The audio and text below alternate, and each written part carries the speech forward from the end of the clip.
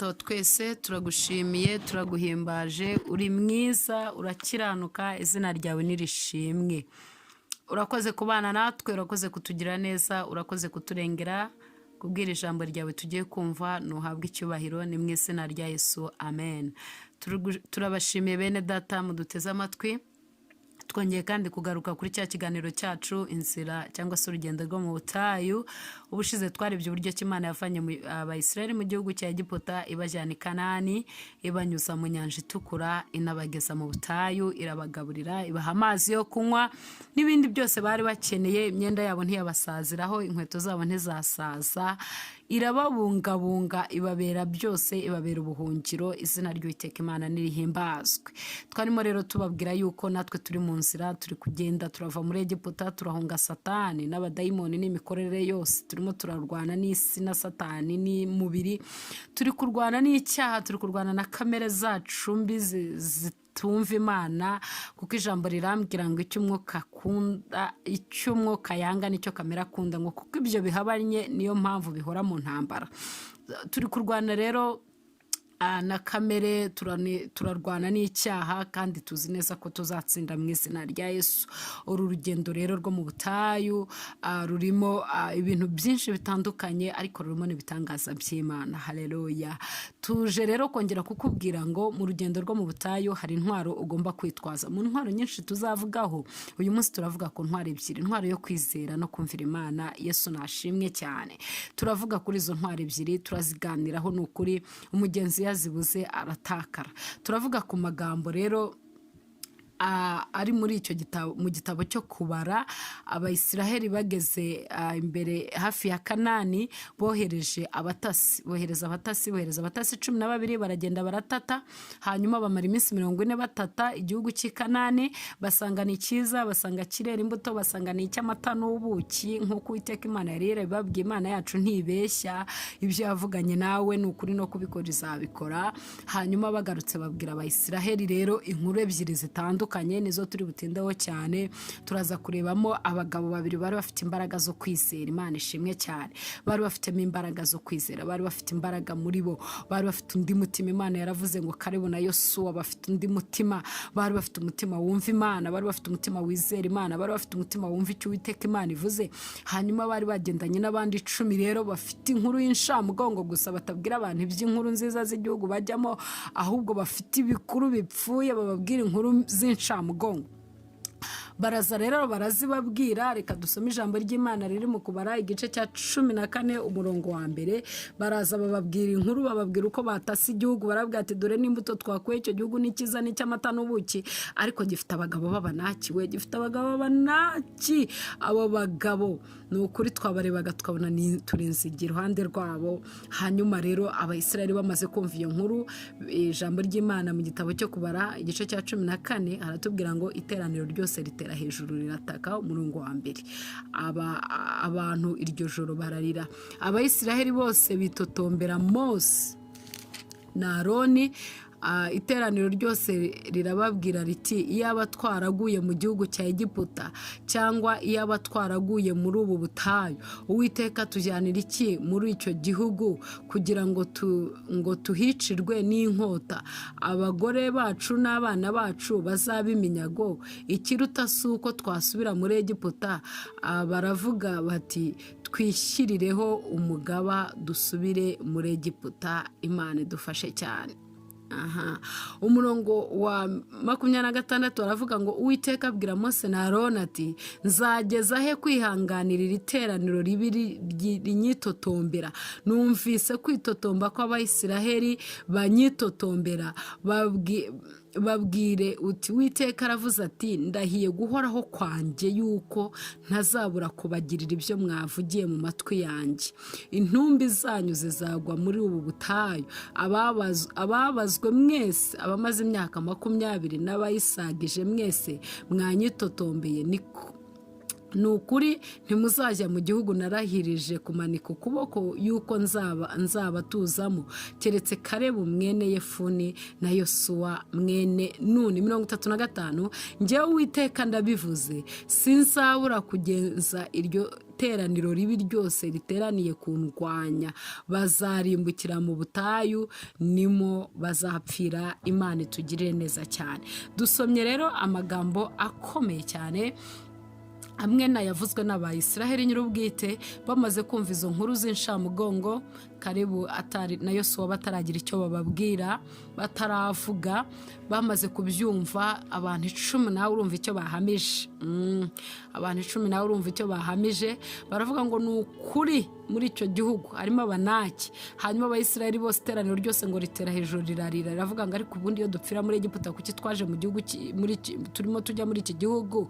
Ubundi nta kuntu twari gupfira muri Egiputa, cyangwa se reka tugwe muri ubu butayu basi. Ikindi reka twishireho umugaba udusubiza mu gihugu cya Egiputa. Yesu natugirire neza cyane.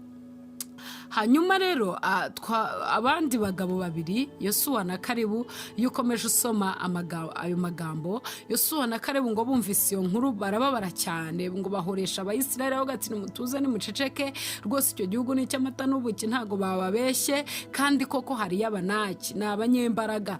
Hanyuma Kalebu na Yosuwa barabwira ati ariko twebweho nimba dufite Imana rurema, bo muri icyo gihugu tuzabarya nk'imitsima, bo ntibafite ikibakingira cyangwa se Imana rurema. Iteraniro ryose ravuga ngo mubatera amabuye, ubwiza bw'Imana bumanukira mu ihema burabatabara. Rero abantu babi bihuta kuvuga nabi n'amakuru mabi n'amagambo mabi, arihuta cyane, kandi abanyakuri bakabacecekesha.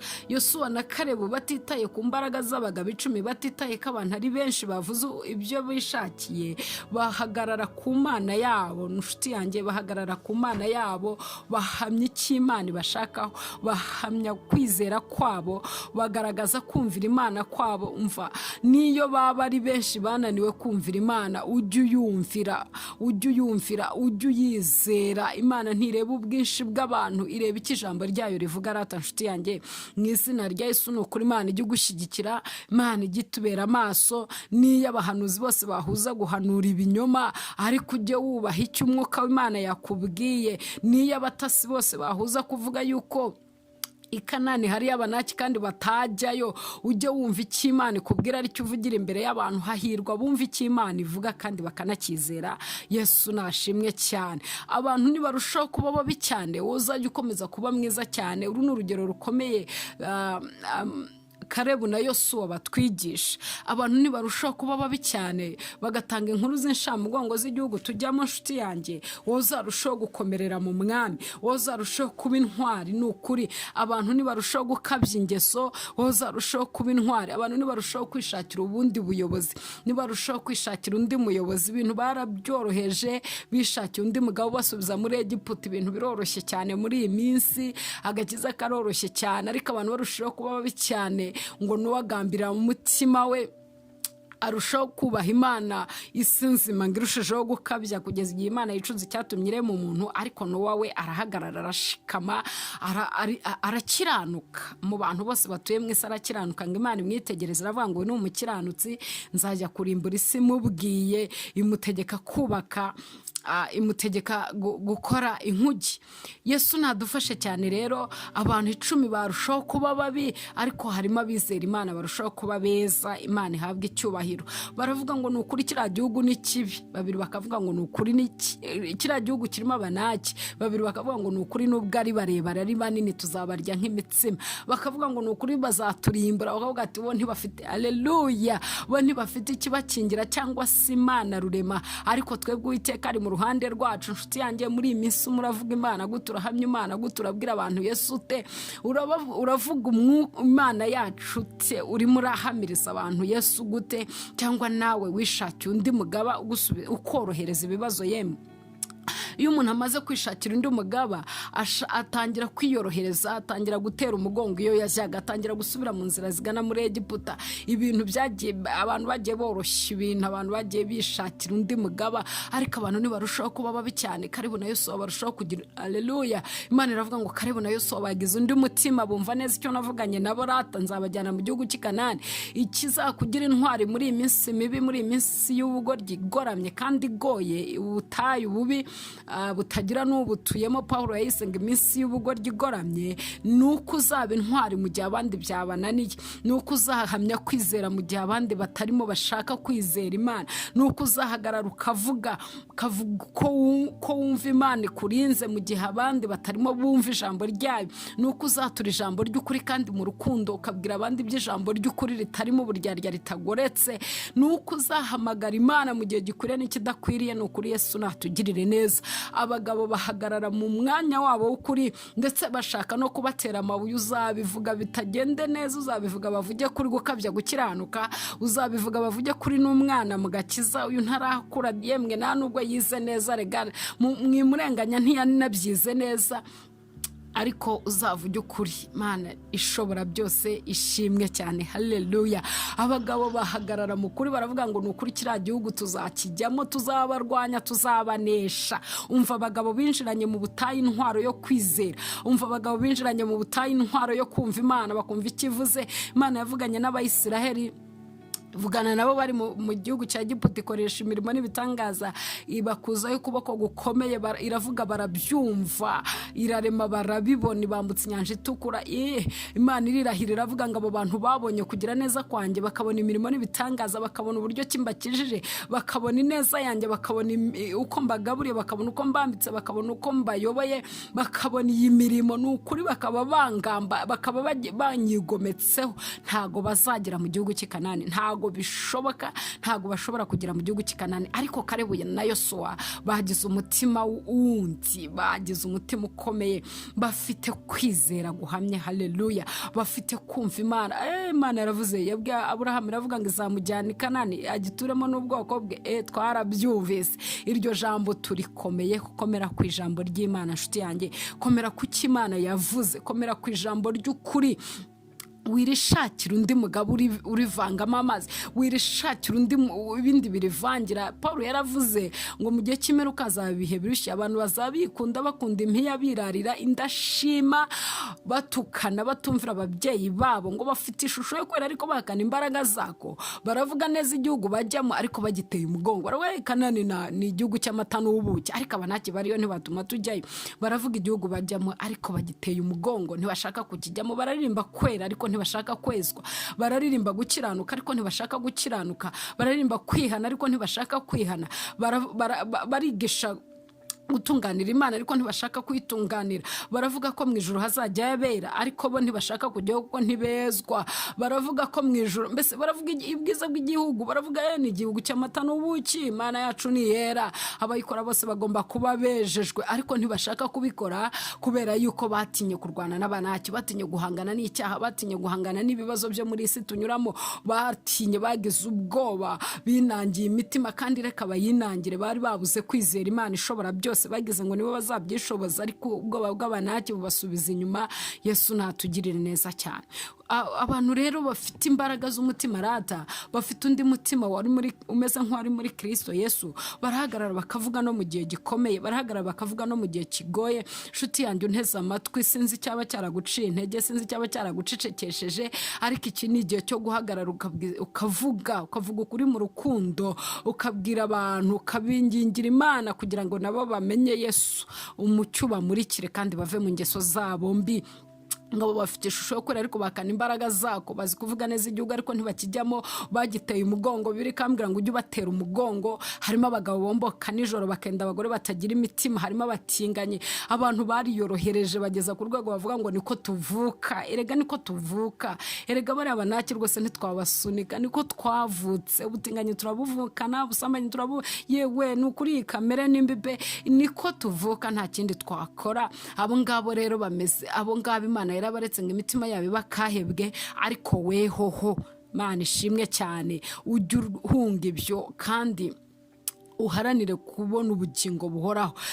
Turimo rero ku ijambo rivuga ngo kwizera Imana no kuyumvira. Abagabo babiri Kalebu na Yosuwa bahagarara ku cyo Imana yavuze. Hagarara ku cyo Imana yavuze, isi irimo irahindura isura, ishusho y'isi irarushaho kuba mbi cyane, agakiza karagenda gatora indi sura idasobanutse. Hagarara ku cyo Imana yavuze, hagarara ku cyo yaguhamagariye, hagarara ku cyo yavuganye nawe. Ratuhamagarwa wabonaga bimeze bite? Uyu munsi wa none urabona bimeze bite? Ese uhamagarwa uva muri Egiputa koko ntiwabonaga imirimo y'Imana n'ibitangaza ikora?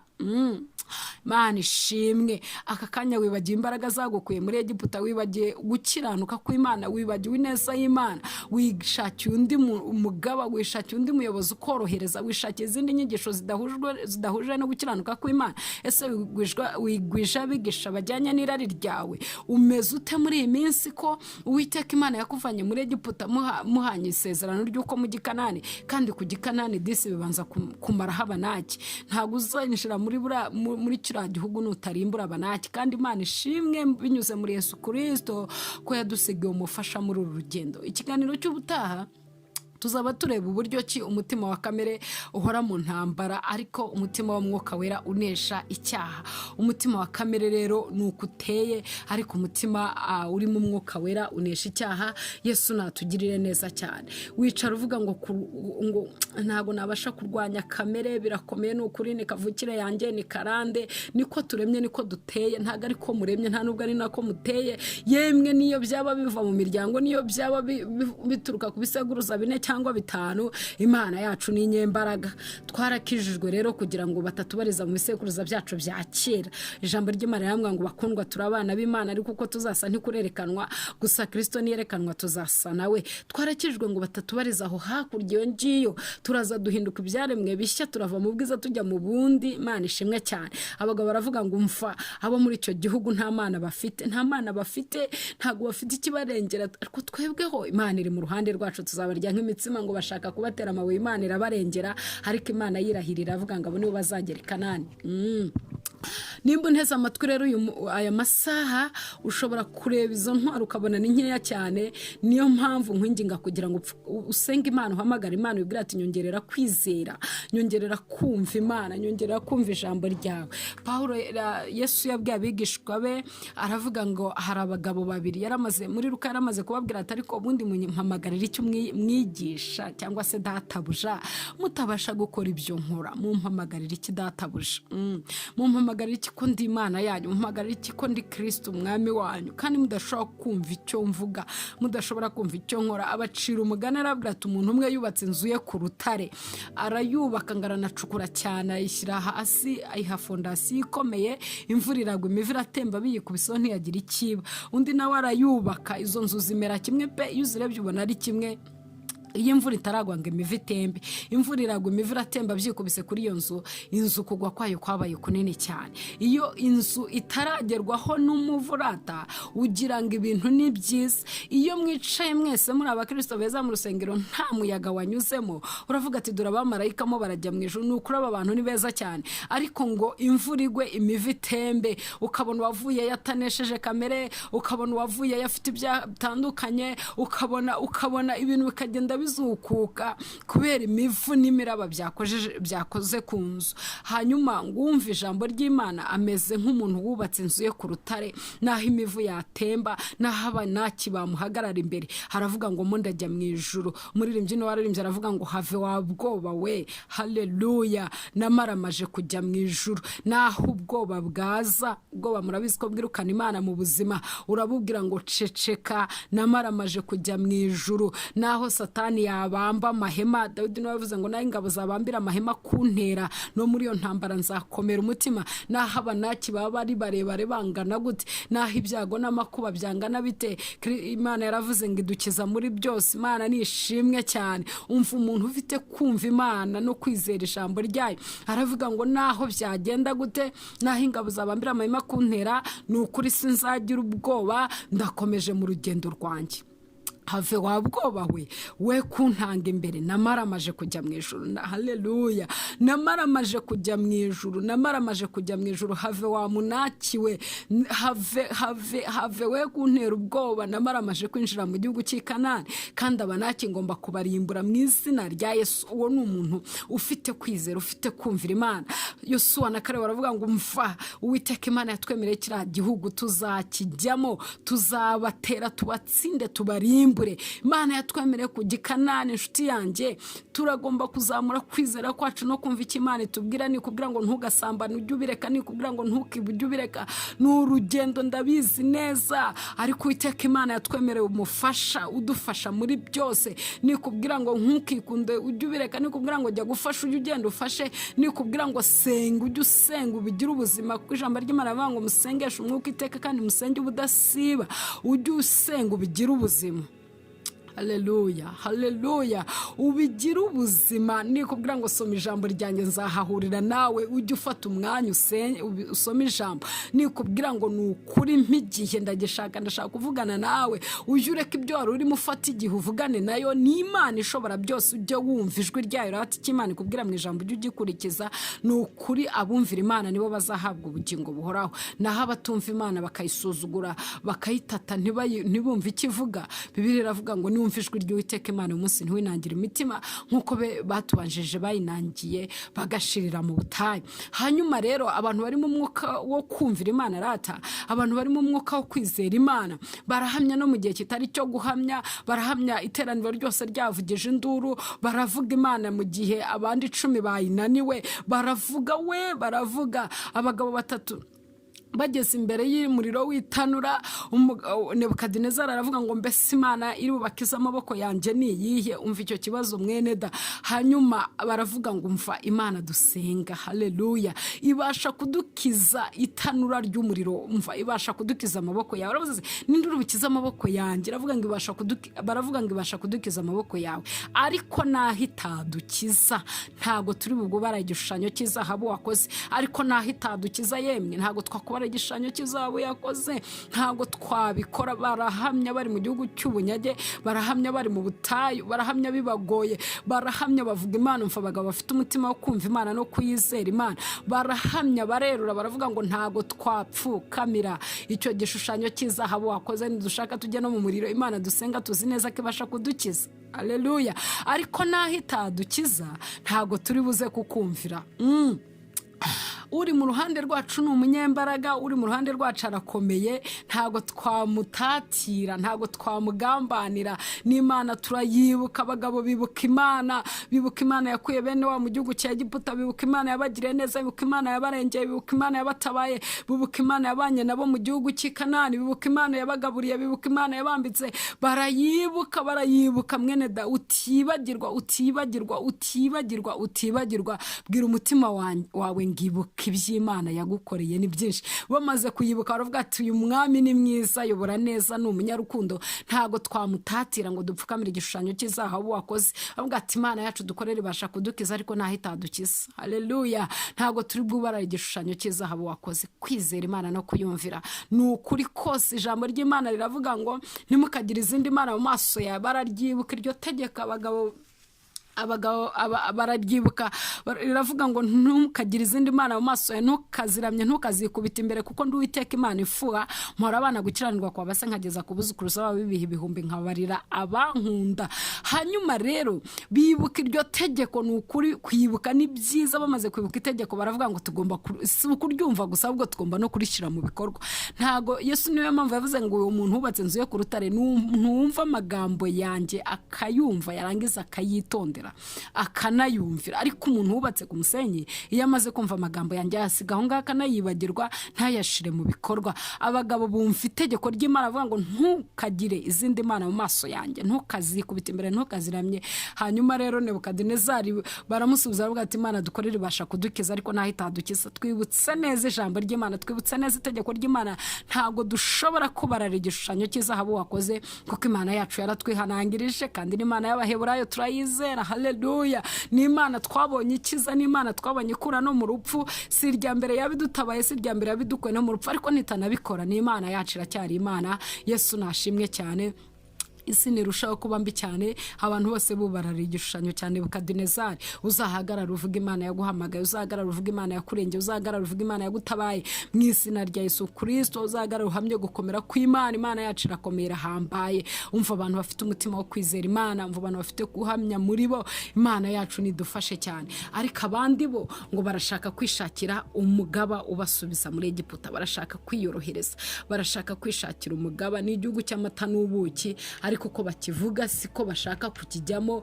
Imana itugirire neza cyane. Barakigisha neza ariko ntibashaka kukijyamo, barakivuga neza ariko ntibashaka kukijyamo. Baravuga ko kwirinda bigora, baravuga ko gusenga birushya, baravuga ko kwiyiriza ubusare bitashoboka, baravuga ko gusoma ijambo ry'Imana nta mwanya babona, baravuga ko gusenga bari bizi cyane. Abo ngabo 10 bakivuga neza ariko ntibashaka kukijyamo kuko batinya yo ngabanaki. Yewe bakavuga ngo turinzi iki. Sinzi wari wababwiye ko bari inzige, ariko iyo ushaka gusubira muri Egiputa ubona ibintu byose bikomeye, ubona ibintu byose bigoye, ubona ibintu byose biruhije.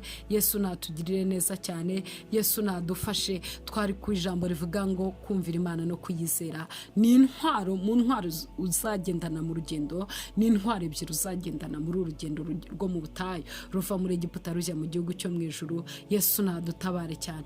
Kujya mu butayu bisaba gukiranuka, nubwo benshi bizera bavuga ko bidashoboka, ariko birashoboka muri Kristo Yesu. Ntabwo twirata imirimo dukora, ahubwo twirata gukiranuka twabonye muri Kristo Yesu. Utaha nyine tuzareba umutima wa kamere n'umutima w'umwuka wera n'itegeko ry'umwuka icyo rikora mu buzima bwacu. Gukiranuka birashoboka, gutera umugongo iyo ujya rero ntabwo byemewe. Yesu nadufashe cyane kandi Yesu nadukomeze. Twagiye tugera mu nzira duhura n'abanaki b'ubukene, badutera ubwoba. No kuri imibabaro y'ubuzima dutera ubwoba, gupfusha bidutera ubwoba, kurwara bidutera ubwoba, kuvugwa bidutera ubwoba, baratuvuga duhinda umushitsi, hanyuma kwangwa bigatera ubwoba, gusuzugurwa bikagutera ubwoba. Ni byinshi byagiye bigutera ubwoba, byagiye biguhagarara imbere, byagiye biguhagarika umutima. Yewe barakuvuze we, yewe baguciriye imigani itandukanye, bakwisa amazina, umuryango mubi wavutsemo se cyangwa urugo rubi washatse, ubushomeri bwakugezeho, ibibazo byo mu murimo w'Imana byaguteye ubwoba. Abanaki baragutitije, baguhagaze imbere, barakubwiye ngo urimo urajya hehe. Umugabo umwe bita mu Kristo yari mu nzira ajya mu gihugu cy'isezerano, hanyuma ageze mu nzira ahura n'umudayimoni mubi ngo bita Apoloni. Hanyuma Apoloni aramubwira ati murajya hehe? Aramubwira ati ndajya mu gihugu cyo mu ijuru. Tugiye gukora iki? Ati ngiye kubonana n'umwami wanjye. Aravuga ati so mwami wawe twica abantu bareba ntavuge, ubundi uwo mwami azakumarira iki? Hanyuma aramubwira ati kandi wanakoze ibyaha bitandukanye, ntabwo uzagera mu gihugu cy'isezerano. Mu Kristo aramubwira ati se nibihe? Arabimwibutsa ibyo yagiye akora, ageze ku musozi ajya kwikuzaho amategeko, arabimwibutsa ibibazo yagiye agirira mu nzira. Mu Kristo aravuga tuvuze bikeya, ndagira ngo haleluya, ndagira ngo nkwibutse n'ibindi. Haleluya. Ariko nyiri igihugu njyamo yarangije kumbabarira. Uzahura na Apoloni rero guca intege, uzahura na Apoloni akubwire ko udashoboye, uzahura na Apoloni akubwire ko icyo gihugu ni ukuri kirimo abanaki utabarimbura, ariko ni ukuri ukeneye ijwi riri muri Yosuwa na Kalebu rikubwira ngo nubwo bameze batyo ntabwo bafite Imana rurema, ariko twebwe Imana yacu iri mu ruhande rwacu. Yesu nashimwe cyane. Nubwo bimeze bityo ntabwo bifite Imana rurema, nubwo ibyago bitwugarije ntabwo bifite Imana rurema, nubwo bakuvuga amagambo atandukanye ntago ayo magambo arimo Imana rurema, ntago ari Imana yabibatumye. Nubwo bakubwira nabi, nubwo ufite umuryango mubi, nubwo bimeze bityo ntago bifite Imana rurema, kuko twebweho iri mu ruhande rwacu irakomeye ruti uri mu bisi. Dufite Imana rurema, tuzabirya nk'imitsima. Yibutse yiha amakuru, ibwire ko ukomeye, ibwiye ko byavuzwe nitabasha kubeshya.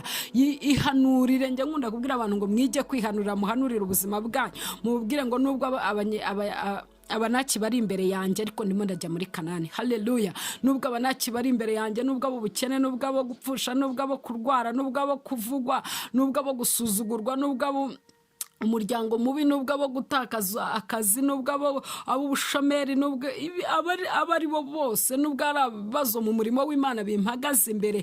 Ayiwe ihanurira uvuge ngo aba banaki ni ukuri bo ntibafite Imana rurema, nzabarya nk'imitsima. Haleluya. Kuko Uwiteka ari mu ruhande rwawe. Yesu nashimwe cyane, Yesu nashimwe kandi nahabwa icyubahiro. Yego birababaza, ariko ndagira ngo mbabwire ngo Imana twavuganye nayo ni Imana ikomeye, Imana twavuganye nayo ni Imana ifite imbaraga, ntuzagerageze gusubira iyo uva, ntuzagerageze gusubira muri Egiputa. Umwe ni wavuze ati nunanirwa basi uzaryame mu nzira, bazaza bahanyure bakubyutse mukomeze urugendo. Ntuzagerageze kwishakira umugabo ugusubizayo, ntuzagerageze kwiyorohereza ngo wishakire abantu, wishakire inshuti zihuje nawe zikubwira ngo ni ukuri ntibishoboka. Oya, umva iki ijambo ry'Imana rikubwira. Tuzamuke nonaha tuhahindure, niko abagabo bavuze, tuzamuke nonaha tuhahindure kuko tuhabasha rwose kuhatsinda. Tuzamuke nonaha tuhahindure. Imana igufashe cyane mushiki wanjye, mwene data, nshuti yanjye mukunzi, murumuna wanjye, mukuru wanjye, musaza wanjye, mubyeyi ukuze. Mana Nyiringabo, Imana nigushyigikire, Imana nigufashe, Imana nigushyigikire. Iki gihugu tuzakibamo, iki gihugu tuzakigeramo hamwe no kumvira Imana ikivuga. Imana nivuga ujye uyumva, Imana nivuga ujye uyumva ikivuze. Bene icyo gihugu tuzabarya nk'imitsima, ntibafite ikibakingira. Twebwe Uwiteka ari mu ruhande rwacu, igakumva Imana ikikubwira, igakumva Imana ikivuga, igakubana n'Imana. Password ni imwe, umubare w'ibanga n'umwe, ni ukumvira icyo Imana ikubwiye, ni no kuyizera.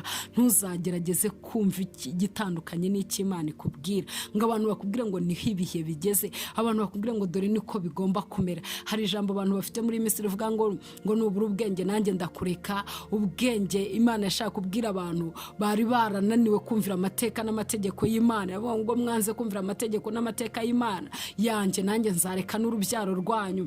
Abantu bari barabinaniwe, kuko kubaha Uwiteka nibwo bwenge, kandi kuva mu byaha niko kujishuka. Ariko iyo abantu bashaka guciga intege ngo bishakire undi basubiza muri Egiputa, baravuga ngo nubura ubwenge ndakureka, kandi ubwo bagiye gukora ikintu kitari cyiza. Isi ninanirwa kubaha Imana, rata ujye uyubaha. Abantu 10 nibahamya ibinyoma ntibizakubuze kwihamiriza Yesu wabambwe. Umva icyo Bibiliya ivuga ikubwira, kandi ubwo tega amatwi wumve neza icyo Bibiliya ikubwira. Kukwezwa ni ukuri, kwezwa ni urugendo, nanjye ndemeranywa nawe. Ariko Yesu nimba yarigaruriye, umwanditsi umwe yaranditse mu gitabo cye aravuga ngo Yesu yigaruriye agace kamwe muri wowe, ngo abateganya kwigarurira ibice byose. Ni ukuri nimba afite ibirindiro muri wowe, humura ntazabura kwigarura n'ibindi birindiro byawe, n'ibindi bice byawe. Yesu azagenda atugirira neza. Hanyuma hari intwari zo kubaha Imana, hari intwari zo kumvira Imana. Ntabwo watekereza ukuntu Aburahamu yavuye mu gihugu bamubwiye ngo va muri iki gihugu ujye mu gihugu kindi, nzakugira ubwoko bukomeye. Agahaguruka atazi yagiye, yagera mu nzira bakamubwira ngo kandi tanga uwo mwana wawe w'ikinege, akamutanga.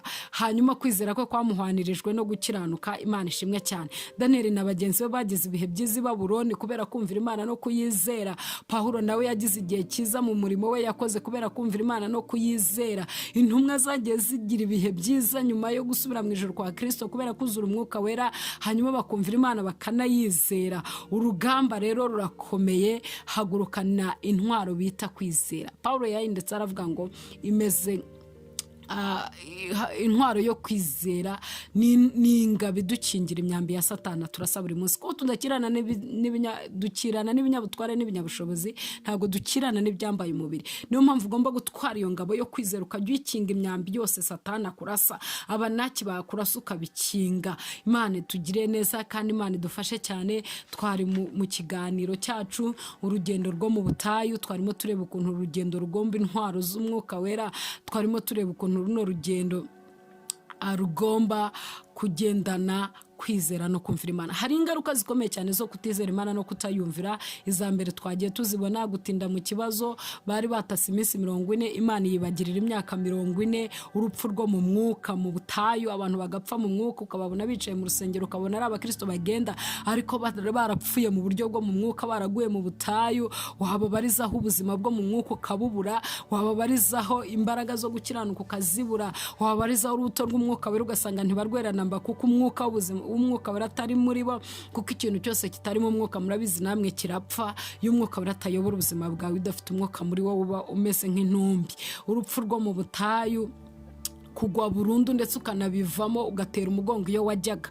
Paulo yabavuzeho abangaba, bavuga mu Baheburayo, haravuga ngo abamenye neza iby'Imana yakoze, imirimo n'ibitangaza, bagasogongera ku neza y'Imana, mu gice cya 6 guhera ku murongo wa 4 mu Baheburayo.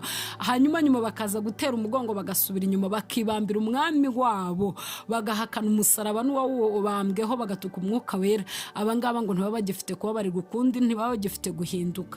Hari uburyo bwo kugwingira rero, nari ndimo mbabwira ngo nubwo wavutse ariko ukeneye gukura nshuti yanjye, nubwo wavuye muri Egiputa ariko ukeneye gukura, Imana yacu nitugirire neza cyane, hanyuma Imana nidushyigikire. Uragomba kugira kwizera. Amen. Uragomba kugira kwizera, uragomba kugira kumvira Imana, uragomba gukiranuka muri byose. Nta wundi mubare w'ibanga uzagufasha runo rugendo, ni ukugenda wumva icyo Imana ivuga intambwe ku ntambwe. Mu gitondo ukabyuka ukayumva, amasaha yose ukayumva, amasaha 24 ukumva Imana, iminota yagize ukumva Imana, amasegonda yagize ukumva Imana, warangiza kumva icyo Imana ikubwira kandi ukiga kucyubaha.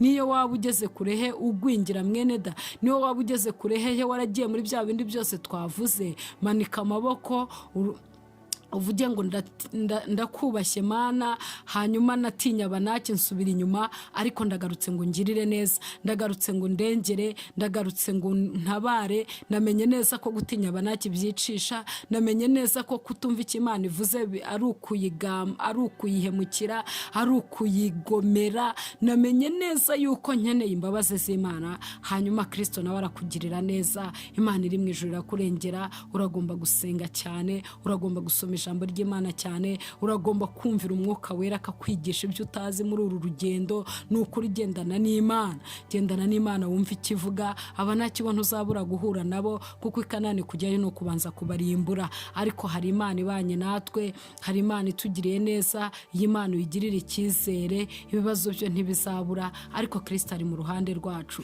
Yesu natugirire neza cyane. Nshuti yanjye nari ndimo mbabwira ngo mukomerere mu Mwami no mu mbaraga z'ubushobozi bwe, kandi mutware kwizera nk'ingabo ikingira imyambi yose Satani abarasa, kandi mwumvire mwubake inzu zanyu ku rutare, kubera yuko nimutazubaka ku rutare Abanaki bazazigusha, Abanaki bazazihirika. Nimuzubaka ku musenyi Abanaki bazababwira ko igihugu mujyamo kigoye, muzagenda mudafite gukiranuka, muzagenda mudafite kwera kw'Imana, muzagenda mudafite ibyiringiro, muzagenda mutizera icyo Imana yabakorera, mwishakira undi mugabo uborohereza muri byose, kandi uwo nguwo azabasubiza muri Egiputa. Imana itugirire neza, Imana iturengere. Garuka rero, nimba wari waravuye mu murongo, ongera ufate intwaro zawe ukomeza urugendo. Yesu aracyagutegeye amaboko. Yesu natugirire neza cyane. Ni ukuri Imana nidutabare, Kristo Yesu naturengere. Uru rugendo tuzarurangiza. Ubutayu si ubusitani, isi ntago ari ubuturo bw'abera, dufite gakondo kandi tuzataha. Imana idufashe. Mu kiganiro cy'ubutaha tuzareba umutima wa kamere n'umutima w'Umwuka Wera. Umuntu wa kamere n'umuntu w'umwuka, nicyo kiganiro tuzarebaho, kuko nicyo kibazo cyari gikomereye abantu b'Abisiraheli mu butayu. Yesu nadufashe cyane. Mana turagushimye kandi turaguhimbaje, izina ryawe nirihabwe icyubahiro. Imana yacu nishimwe kandi nishyirwe hejuru. Urakoze kubw'uyu mwanya, ni mu izina rya Yesu, amen.